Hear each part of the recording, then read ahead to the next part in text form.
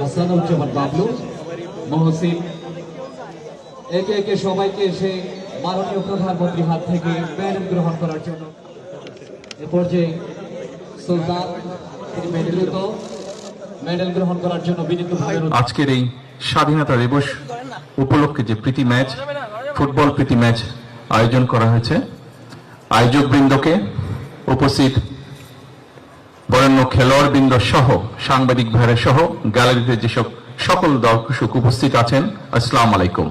প্রথমে আমি সকলকে আজকের এই স্বাধীনতা দিবসের আন্তরিক অভিনন্দন এবং শুভেচ্ছা জানাই।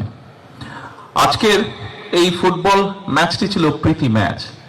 তবে এখানে আপনারা যারা উপস্থিত আছেন, আপনাদের কম বেশি সকলেরই ধারণা আছে যে আমরা আমাদের সরকারের পক্ষ থেকে এবং কিছুদিন আগে বাংলাদেশে যেই প্রত্যাশিত নির্বাচনটি অনুষ্ঠিত হয়েছে, সেই নির্বাচনের সময় আমাদের দলীয় ম্যানিফেস্টো থেকে আমরা বলেছি যে আমরা বাংলাদেশের ক্রীড়া জগতের নতুন প্লেয়ার আমরা তৈরি করতে চাই বিভিন্ন খেলায়, এবং পেশা ক্রীড়াকে প্রফেশনাল রূপ আমরা দিতে চাই। এবং সেজন্যই আমরা সিদ্ধান্ত নিয়েছি যে আমরা নতুন কুড়ি নামে যে অনুষ্ঠানটি ছিল, এখানে আমরা নতুন করে স্পোর্টসকে আমরা চালু করতে চাই।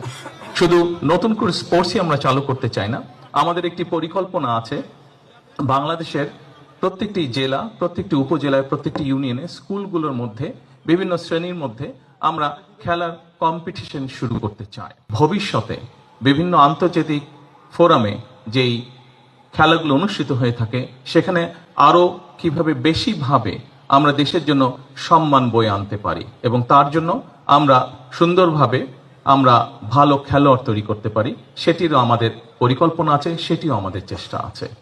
আজকের এই স্বাধীনতা দিবসে আসুন আমরা সকলে সিদ্ধান্ত নেই, আমরা সকলে চেষ্টা করি, যারা আমরা বিভিন্নভাবে বাংলাদেশের বহু মানুষ আছেন যারা ক্রীড়ার সাথে প্রত্যক্ষ বা পরোক্ষভাবে জড়িত আছেন, তাদের সকলের কাছে অনুরোধ থাকবে, আসুন আমরা বাংলাদেশের ক্রীড়া জগৎটিকে সুন্দরভাবে, দলমতে নির্বিশেষে সুন্দরভাবে আমরা এই ক্রীড়া জগৎটিকে গড়ে তুলি।